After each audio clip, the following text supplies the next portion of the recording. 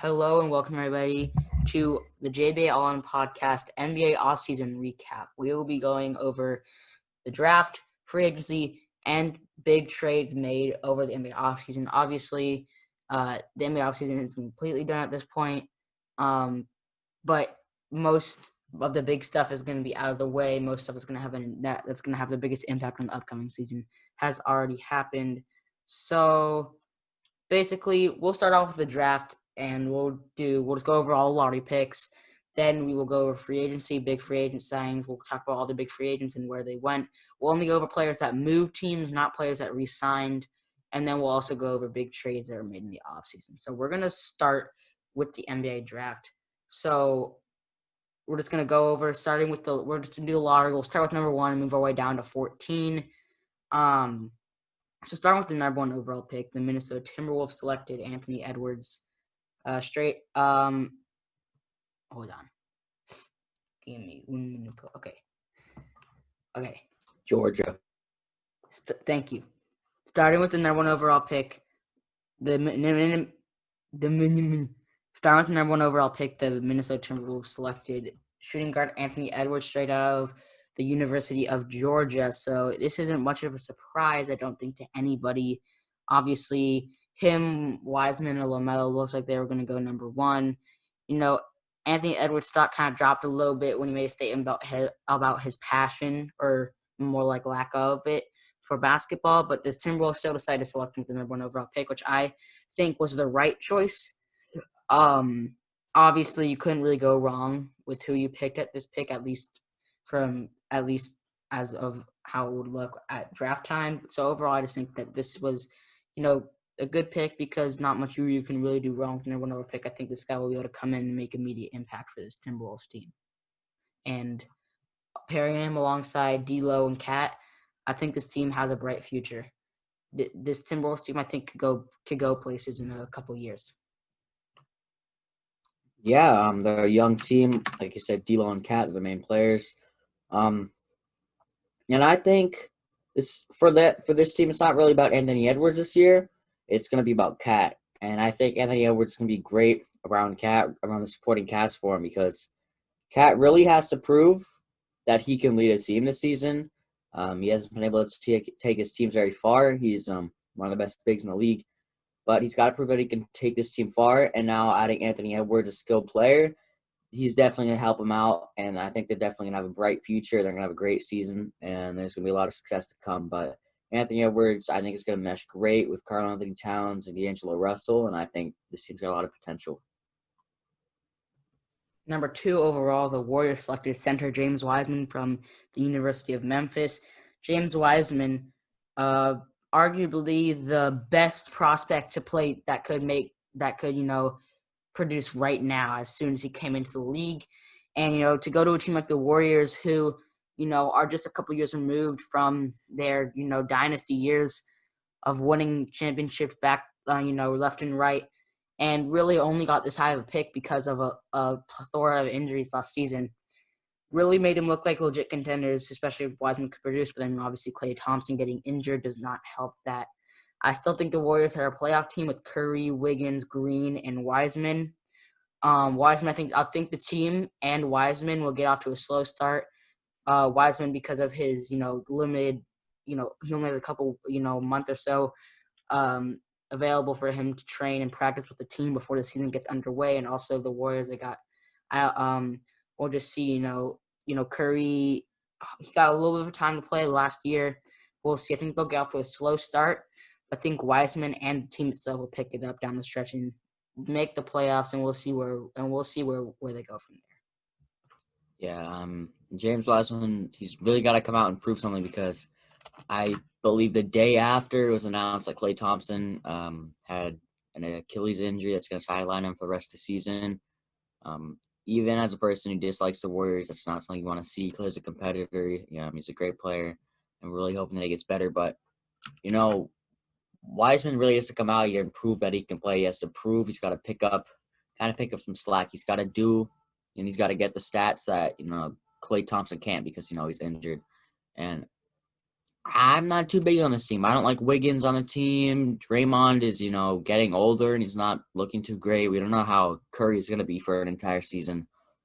So if they really want to be competitive and successful, James Wiseman really has to step up and he has to play great. He's really good big though, and as you said, he's not gonna have a lot of time to practice with the team, but he's got to come out here strong. He's got to come out here fighting. He's got to come out here playing well. For number 3 overall pick, we have the Hornets selecting LaMelo Ball. Probably most hyped up player going into this draft. I know you like him, Jack. I like LaMelo Ball. I think he's a very talented player. I think that this Hornets team also made a couple more moves in the offseason that definitely put them up there as like in the future, maybe even potentially this year they could be a playoff team. I don't know about this year, but definitely in the future, I think they'll be a playoff team with some of the pieces they have. They still have a lot. They're still a rebuild though. They're still in rebuild mode. I think they definitely need to maybe get a few more pieces from the draft, maybe make a couple more, make a trade or two, a big free agent signing. Who knows? I mean, I think LaMelo, he's got lots of potential, but I think out of these top 3 guys, Wiseman, Edwards, and LaMelo, I think he's also got the most weaknesses, but those can be fixed, I believe, a lot. Sometimes his shot selection is puzzling, and his shooting sometimes just like is a little just not really. He just like not really, adequate. I think to become for like a star player, but I think if you put him alongside Devontae Graham, he's definitely a great shooter. And LaMelo and if LaMelo can work on his decision making, you're not necessarily always making the highlight play, and sometimes just making the right play. I think that those two could work great together in the future. Yeah, and to me, LaMelo has got one of the highest, if not the highest ceilings, but he's got a very low floor. He's the best playmaker in the draft. I think we all know that. Undoubtedly the best playmaker in the draft. And from all the sources I've looked at, they pretty much agree with that. He's an amazing playmaker and he's got a high ceiling. But the thing is, will LaMelo be able to play well? Will he be able to get out of the shadow, of the Ball family and the stigma put on him by LeVar Ball? I mean, there's a lot of drama going on in the family. And I mean, a few years ago, around 2016, they were all the hype. Lonzo came out. He's still a good player. He's still got a lot of time. He's still very young. But people are kind of writing him off as a bust, not number 2 potential. But LaMelo going to the Charlotte Hornets, I think it's going to be good for the team, good for him. And, Michael Jordan also went number 3 overall. LaMelo went number 3 overall. So we're just going to have to see what's going to happen. I think LaMelo is the most interesting player to come out of the draft, and he's going to be the most exciting to watch. And I have high hopes for LaMelo, but you never know what's going to happen. Number 4 overall pick, Patrick Williams, goes to the Chicago Bulls out of Florida State. A very confusing pick for most people. I mean, Patrick Williams, he's at best, I feel like, just a really good 3-and-D guy, So, but he wasn't even the best 3-and-D guy at Florida State last year. That would probably go to Devin Vassell, but I do think that he has more upside than Vassell. It's just a weird pick for them to pick him here. I think maybe they weren't. I don't know. Maybe the Bulls weren't trying to necessarily pick the best player available, but maybe they were just trying to pick the best player they thought would fit their team or their scheme, their roster, and everything. He's talented, but he's a very raw offensive guy. So it's like it's definitely work for Patrick Williams before he can become a real contributor for a championship winning level team, because that's the goal for every NBA team. But we'll see where this goes. I mean, he only had 9 points per game last year. He's not like a crazy great. I don't think he was worthy of going number 4 overall, but we'll see. Maybe the Bulls, I think, are probably just drafting this based off his upside, not necessarily where he is at now. Yeah, and it is a questionable pick. I mean, if you wanted to pick him, you could probably trade down just a little bit because he wasn't projected to go 4th overall. I think the highest he was projected was 7th. I think that's even a stretch.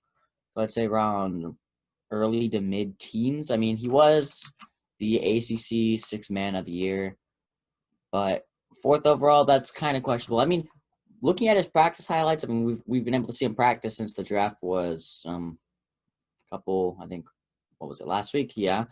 But looking at his highlights, he looks really good. But that's not going to say that he's going to be an NBA star, especially right now. I think he's going to be a project, just like Justin Herbert. I was talking with Brendan a little earlier. I mean, you can't really compare the two because quarterback is one of the hardest positions in sports, and you got to train a quarterback. And in basketball, you could kind of throw a rookie in there. They probably won't be the best, but they can succeed probably more than a rookie quarterback. But he has good potential and he's athletic, but I don't think he's going to immediately come in and change things. But you never know what's going to happen. There's always, someone always shocks everyone in the draft. There's always one player who exceeds expectations. So maybe that's Patrick Williams. But for now, we're going to have to see. I don't think this was an amazing pick at the moment, but we'll have to see how it works in the future. Number 5 overall, Isaac Okoro goes to the Cleveland Cavaliers. I'll be quick on this one. Really, I don't have much to say on this pick. I just think that this is a pick. I think it was a good pick, not a great pick. They could have done something a little bit different. I think that could have helped them out a little bit more. But overall, Isaac Okoro is a freak athlete, and he's a great defender. If he can develop a jump shot, which is a little bit of a, that's a big if, but if he does, I think he'll be great. Just developing a little bit of a more reliable jump shot will make him a solid player on this team. Yeah, and he's much needed defensive help on the Cavaliers. I mean, especially their guards, Colin Sexton, Darius Garland, not the best defensive players in the world. But Okoro is going to be a good defender for the team. Like you said, if he's going to need to develop a jump shot if he wants to be a star, but I think he can succeed without it. I think he's a great player. He's very athletic, and I think this is a good pick. The Bulls probably could have taken someone else. We're still going to talk about Isaac, Onyeka Okongwu. There's a lot of other players, but this is a good pick for the Cleveland Cavaliers. I think this is a more defensively minded pick, especially especially if you're being a forward. So I think this is going to be good for them. He's going to be able to come in. He's going to be able to contribute. He's going to be able to score. He's going to be able to play good defense. So I think this is a good pick for the Cavaliers. Number 6 overall, Onyeka Okongwu goes to the Atlanta Hawks. He's a very talented player, incredible shot blocker. He can get by in the pass as a passer, even though he is a center. He's also, he's a pretty quick for a center. But he is a little bit undersized. Kind of similar to Bam Adebayo being a little bit undersized, but also fast, and he can kind of, he can pass the ball relatively well. And he can, he's a good finisher. It's just that he can't shoot. That's just really not his game. He can shoot the free throw, okay, but 3-point shooting definitely isn't. That's just not how he plays. And I think that he doesn't fit this team, fit the Hawks as well as I think some other players would have. I think Obi Toppin would have been a better pick here. As a big guy, he could pair him alongside John Collins, or even like Tyrese Halliburton to put alongside Trae Young. I don't know. This could turn out. Onyeka Okongwu's definitely got potential to be great. I think it's just size is definitely not on his side. And when you already have, a smaller guy like John Collins at playing your center spot at the moment, and I don't know. We'll see. They got Clint Capella, I guess. Who is kind of similar to like a Okongwu in terms of play style, kind of defense first. So I just don't know if they really need a Okongwu, I guess because I was going to say I got John Collins there who's undersized. Don't really need I don't know, maybe, but I think Obi Toppin would have been the better pick, at least at that position. But overall, I think maybe a guard would have been better, like maybe Killian Hayes or Tyrese Halliburton would have, I think, been the better pick here as opposed to Okongwu. But overall, he's got talent, but not the best pick here. To me, I have to disagree. I think this is a great pick overall for the Hawks. Sure, he has some problems, like you said, but he's an athletic defender.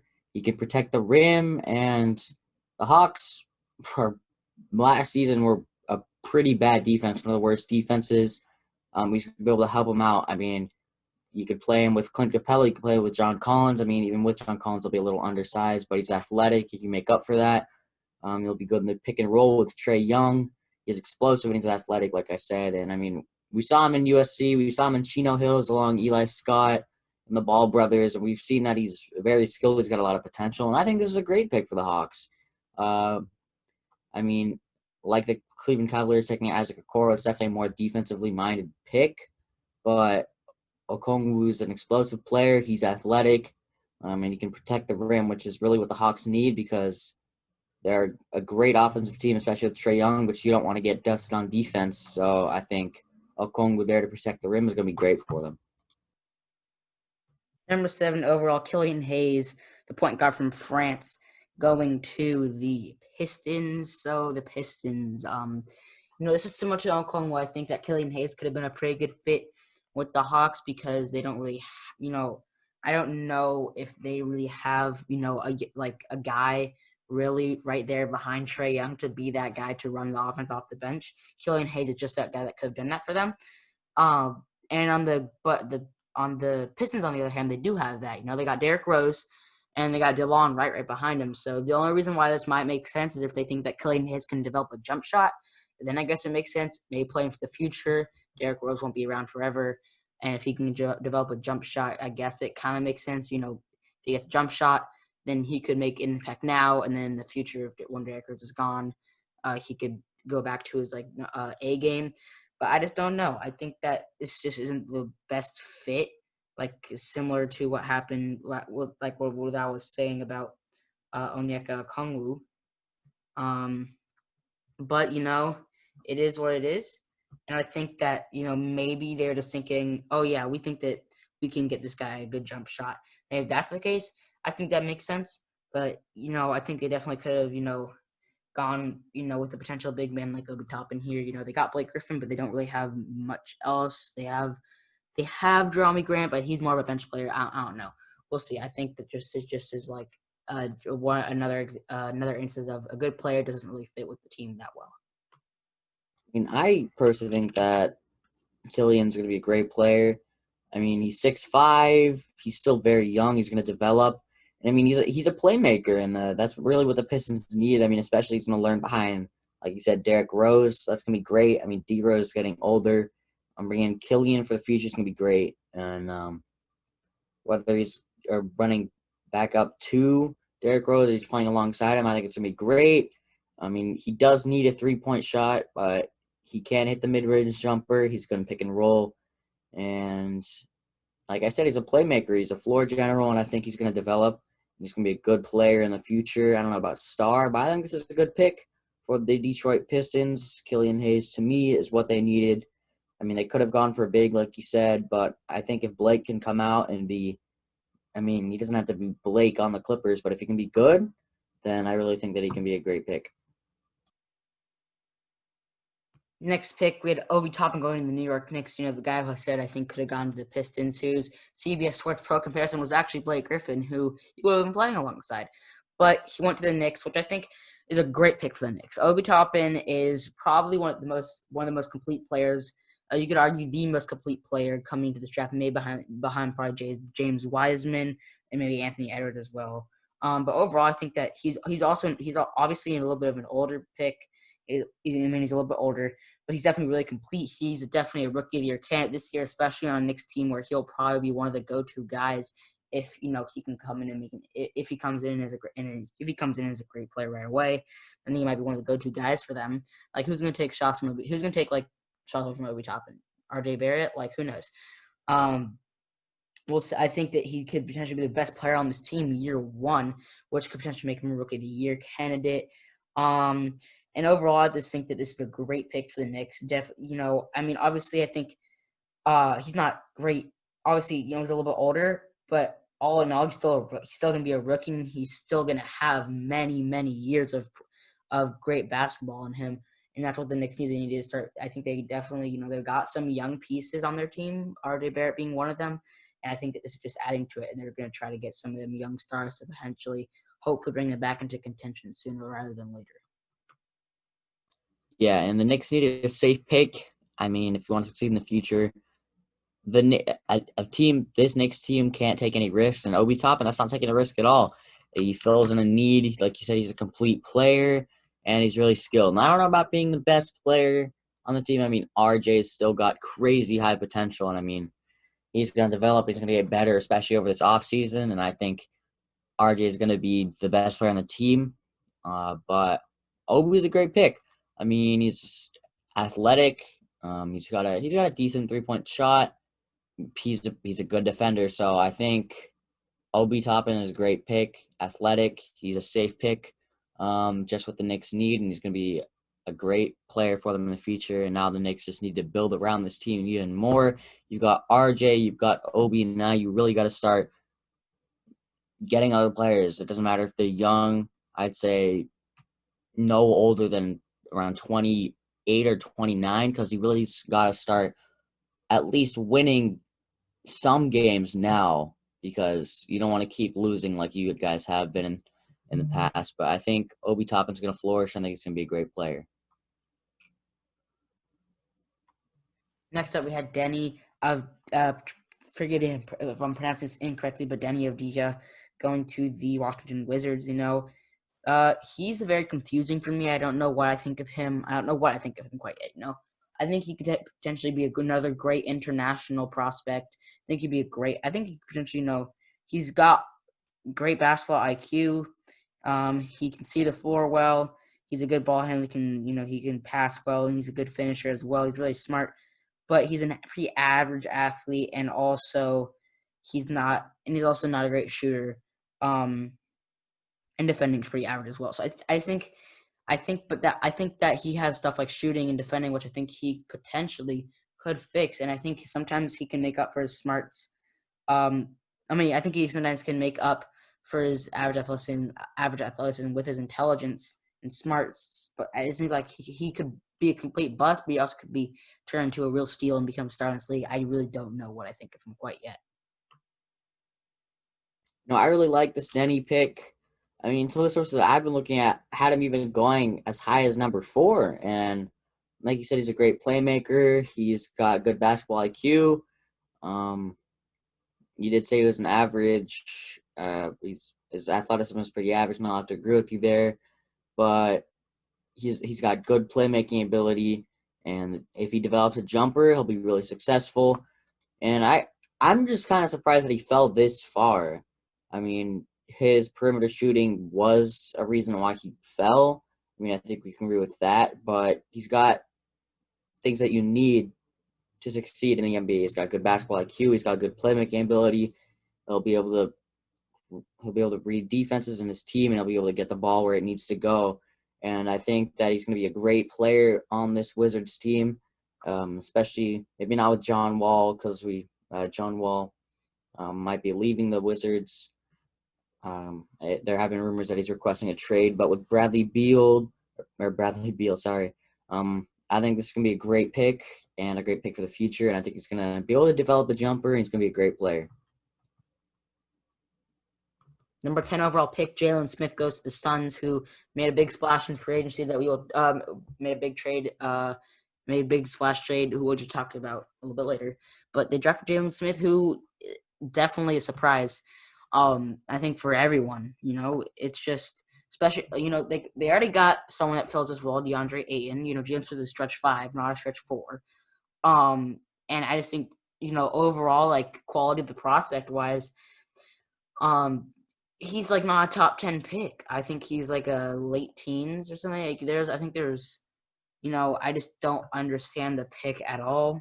I mean, maybe, who knows? Maybe he becomes a star in the league. Maybe, because who knows? Maybe he proves me wrong. But I think that Jalen Smith at best is going to come in and be like, he could be at best like a good 6-man, maybe be a decent stretch 5 starter. But I don't know. I just think on a team that already has DeAndre Ayton, maybe he can be your 6-man. But I just think they should have maybe drafted, a forward like Devin Vassell, which was still on the board, or Aaron Nesmith. But yeah, I just don't like the pick. And there's not really much for me to say. I agree with you. This is pretty questionable pick in my opinion. I mean, Jalen Smith, he's talented, but he went pretty early, and I've been doing a lot of research on this, and NBA website says, quote, Smith is selected much earlier than anyone expected, but the Suns did this exact same thing with Cameron Johnson last year, and that's panned out pretty well throughout his rookie campaign. I definitely agree with that statement. Cameron Johnson went pretty early, or earlier than people thought, but I don't know if they're going to be able to have that same luck with Jalen Smith. Yeah, you pretty much covered it all. I don't really think this was a great idea for the Suns. Yeah, the highest I really saw, I think him going in mock drafts was somewhere around like 15, 16. But yeah, I don't like the pick at all. Number 11, Devin Vassell, the guy who I said I think the Suns should have picked at this spot. A tremendous 3-and-D player. He doesn't have as much upside as some of the other guys in this draft. That's why I think he fell a little bit, or at least not necessarily fell, but he was kind of drafted where people expect him, but at least wasn't drafted wasn't drafted as high as some other guys who he might have been better than in college, but doesn't have as much upside as some guys, I believe. But he's got his good defense. He's long. He's a good shooter. 41.7% career 3-point shooter, and he was a 49% field goal shooter total last year in 2019. He can hustle. He can rebound. He can't really play make. He can't really create shots for himself. He's more of a catch and shoot guy. Can't really create off the dribble, and he doesn't really have great handles and everything. And he's pretty skinny. But finishing is a problem with that. But overall, I think he's just a great player, especially for the Spurs team that is great at finding talent in this mid-first round area.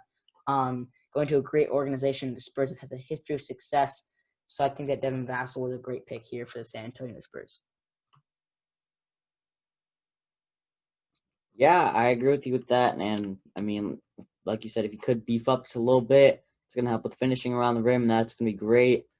But he's got good perimeter shooting, good hustle. Like you said, he's great from 3-point, 41.5%. And I think this is a great pick. He's 6'7", pretty tall for a wing.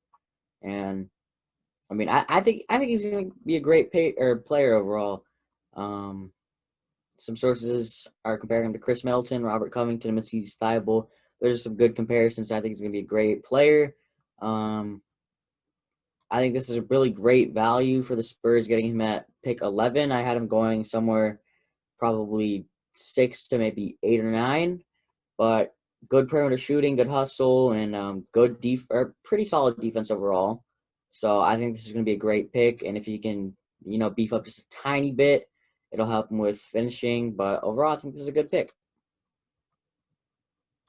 At number 12 is Sacramento Kings selected Tyrese Halliburton, the point guard out of Iowa State. I think this might be the best pick in the entire draft. This is a guy who some people had going top 5. Most of the time, he would not go below 6 or 7, and he fell all the way to 12. This is a guy who is an incredible facilitator. He's great playmaking and passing. He can do it all. And he's also got great shooting range, and he's a great shooter as well. That I think that a lot of college 3-point shooters, they got great 3-point shooting stats, but they don't have that great of range when they get to the NBA, the lines move back, they kind of struggle a little bit more when they're used to the closer college 3-point line. But Halliburton, he could, hit deep threes last year in college, so I think it'll translate to the NBA pretty well. Some people say it'll translate seamlessly. I don't know about seamlessly. It's really hard to do that coming out of college. But he was 50% field goal percent shooter total last year. And really, he's a little skinny, but obviously he's young. NBA players, NFL players, they always normally come to the league a little bit smaller. He'll beef up. LeBron's he's a freak of nature in terms of his muscle matter, but he came into the league and he did not look like he does now. So I think he'll be able to put on weight and everything. And his shooting form is obviously kind of odd, similar to how Lonzo's shooting form was odd coming into the draft, but it's effective. And really, as long as it gets the job done, that's what matters. And obviously, he can adjust his shooting form to if it helps him out more, if that's necessary. But overall, he's a great 3-point shooter. He might not need it, but if it helps, it helps. But overall, I think this is definitely the best value pick and definitely I think the lottery and possibly all draft. Yeah, I got to agree with you. He fell. That's a great pick. Um, overall, he's just an amazing playmaker. Genius playmaker at that. Good or pretty solid defense. You said his shooting form is just a tiny bit strange, but Lonzo could fix that. I think he could fix that too. His athleticism isn't really there, or not, at least not as good as it could be, but he definitely could. Well, athleticism is something that you can't really fix, but he definitely can work on that. He can work on finishing at the rim, but I think he's going to be a great floor general. He's going to be a great player overall, and I think Tyrese Halliburton's one of the best picks in the draft, especially, um, especially going for number 12. It's a great pick for the Kings. I think this is great. Good 3-point shooting, good shooting overall, amazing playmaking, and he's going to work great along De'Aaron Fox. So I think this is great for the Kings overall. This is just an amazing pick. Next, we have Kira Lewis out of Alabama going to the Pelicans. I think, after trading away Drew Holiday and acquiring Eric Bledsoe, I still think this is really good. We just talked about the Kings and De'Aaron Fox. Kira Lewis is pretty similar to De'Aaron Fox in the sense that he's a super fast, a blur with the ball, pressure. He can just pressure defenses with his pure speed. He can generate shots for himself and his teammates that way. And, also a little bit of a negative comparison. They're both pretty streaky in terms of their shooting. They're very hot and cold, both of them. But overall, I think Kira Lewis is a great pick here for the Pelicans. I think that, on a team where they didn't really have that downhill threat that can up the tempo like that. Lonzo normally plays more of a slow tempo. I think Kira Lewis would be great to up the tempo here. I think I'd compare him to De'Aaron Fox in the sense of how he plays, just up the tempo. He's obviously young still. He's only 19. He still struggles with controlling the tempo, and sometimes he goes too fast for his own good, but he'll get there with experience. And I think that this is definitely a great pick for the future for a young, talented team that's definitely on their way to success. Yeah, and I mean, great athleticism, a good hustle, and he plays the game. He's really intense when he plays the game, but I think he's a good pick. But we're gonna have to highlight his kind of negatives over here, or negatives right now. Like you said, he has to maybe slow down a little bit. I mean, he's gonna bring the pace up on this Pelicans team. It's gonna be good for them, but sometimes I think he goes a little too fast. It makes him sloppy. He kind of drives in recklessly, and it doesn't really help him. But he has good intensity and good. I mean, most of the time his pacing is great, and he doesn't have the tightest handles or he doesn't have the greatest playmaking ability, but that's something that he can work on. So I think it's gonna be good. His defense, he can work on his defense, but he's got really high upsides. I mean, he's got a bunch of things that he could fix, but most of them are really small and just really small tweaks. And I think he's going to be a great player. He's going to really up the intensity and up the tempo of that team. But one thing he's got to do is he's got to kind of clean up his game just a tiny bit, because you can't really have him driving recklessly, especially when the intensity is just maybe a little too much. And for our final lottery pick, we have Aaron Nesmith going to the Boston Celtics, a team that is a contending team, but somehow always has a lottery pick every year. This just adding more young talent to a team that already is, a contender now, and is going to be a contender for the future with guys like, Jason Tatum and Jaylen Brown, and now Aaron Nesmith. He's an incredible shooter. He can just shoot anywhere, and he's also, he's got good positional size, and he's a capable defender. And he's a three right now. He's a 3-and-D player, but he struggles a little bit with his, maybe explosiveness on defense and also offense, shot creating, all that. He's coming off a foot injury, which could affect that, but he can bounce back from that, and I think he can definitely develop into a good a good shot creator, and he can get more explosiveness on defense and on offense, and he can move laterally a little bit better. But right now, he's a 3-and-D guy who I think can come in, but can still make immediate impact on the Celtics team, but also in the future could potentially be a star. Yeah, I think this is a great pick. I mean, he's one of the best 3-point shooters in this entire class, 52.2% from three. He was averaging 23 points and 5 rebounds. I mean, like you said, I think his playmaking could be a little bit better. His finishing at the rim could be a little bit better. His ball handling, he's got to work on that, because he's got to be able to create that shot. He can't really rely on passes. I mean, he can't rely on the catch and shoot. I think similar to a Danny Green type player. I mean, except not. I wouldn't say this playoff Danny Green. I really want that. Sorry, Danny. I still think you're a great player, but we don't really want that NBA Finals Danny Green. But you get what I'm saying. I think he can be a great catch and shoot player, but he's got to work more on creating his own shots, his playmaking. His handles a tiny bit, but he's got phenomenal 3-point shooting, and I think he can build off that. He's got great range. He looks really comfortable when he's shooting the ball, and even though he's not the most amazing athlete, he is an intelligent defender. He's a good defender. He's got good hustle. So I think working on the smaller things, I mean, that's like what I said or what I was talking about with Tyrese Halliburton. I think that he could work on a bunch of smaller things. Wait, was I saying about Halliburton? What was I can't Just remember. smaller things, working on smaller things. Yeah. And yeah. I think I was talking about Halliburton and Kira Lewis. They could just work on a little bit tiny things that could improve his game or their game, but great 3-point shooting, and he's just got a bunch of little things to improve on. So I think he's gonna be a great player, great star, or maybe not a star, but I think he's gonna be a great player in the NBA. He's got a lot of potential, and even if he isn't a star, he can still be one of those great catch and shoot players. Like I said, Danny Green. So I think he's got a lot of potential.